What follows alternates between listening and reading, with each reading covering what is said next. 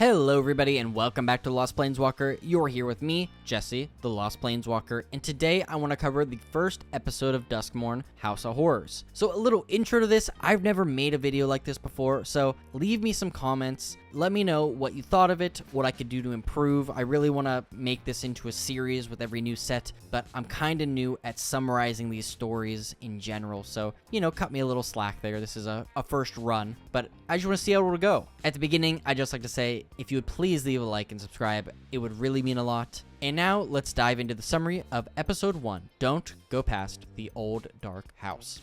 The story opens up with a modern-day description of a neighborhood, clean-cut lawns, nice, perfect houses, and the only thing out of place is this one old house on the corner. And there's something very gothic about it. There's gargoyles, there's a dark roof, there's a widow's peak at the top that all kind of look out of place. But the one thing we do see outside of this house that stands out is a sold sign. Right then, a carriage pulls up from outside the house, and a family comes out, bringing their bags into the house. The front door pops straight open, and no one seems alarmed, which should have been the horror movie, hey, I'm out, I ain't staying for this. But they all kind of thought, oh, maybe the movers left it open or whatever, which, come on, guys.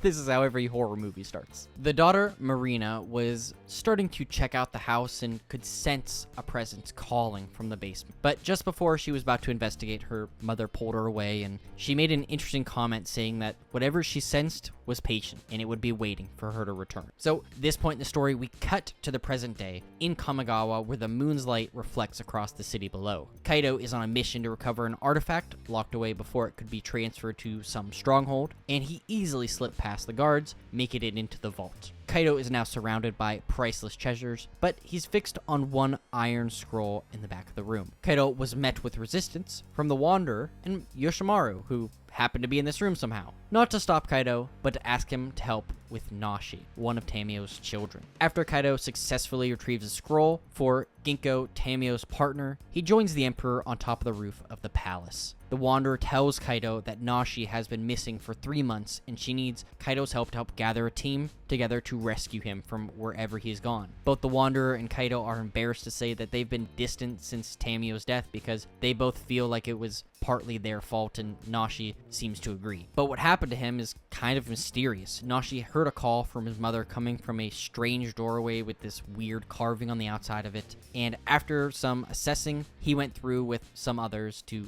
try and find where that noise is coming from. The catch is that the door closes and vanished after he passed through it. The Wanderer returned to the spot where the door was and could feel some evil energy coming from that location. Not sure what that's supposed to mean. After traveling the Omen paths, the Wanderer found a similar door on Ravnica being guarded and controlled by Niv-Mizzet. Both of them are weary of trusting Niv-Mizzet, but it was their only way to get to where Nashi is, so they did what they had to. Now with this goal in mind, Kaido moves straight to Kaldheim, where he sees Tyvar in his usual big boldness that Tyvar is, fighting a wolf in the snow with no shirt on, because of course Tyvar is. Hours later, these two are found drinking and laying out a plan, and who is to join them on this adventure. Tyvar knows the perfect person to join them, and they're currently on Kaldheim. It's Nico Eris. As he mentions that, they look over, and Nico is playing a game with the locals and just hustling them for some money. But soon after, comes over, they kind of talk about the plan, and Nico doesn't seem enthused as Tyvar was, but seems like they have nothing better to do, so they agree. Now with that out of the way, they made their way to Ravnica via the Omen paths, and were greeted by Simone. Simone was helping Niv-Mizzet as a way to get some extra research for her graduate thesis on theoretical extraplanar spaces. They all made their way to a large courtyard where Niv-Mizzet was waiting for them. As they all head and regroup,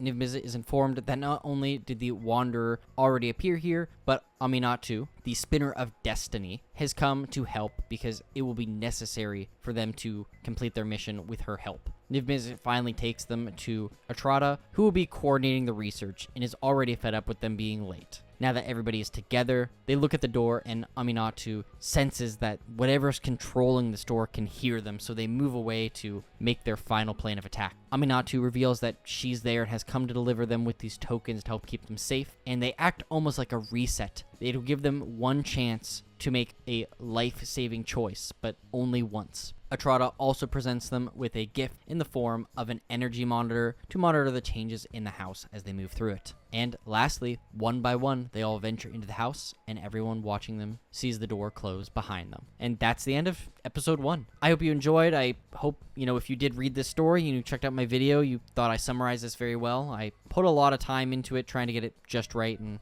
just thank you so much for watching. If this is something you enjoyed, please leave a like and comment or subscribe. I really want to put out more of these if people are interested in them, and it was very fun to go through this story. It took a little longer to summarize it, but it was definitely worth it. And with that, I would just like to say thank you so much for watching.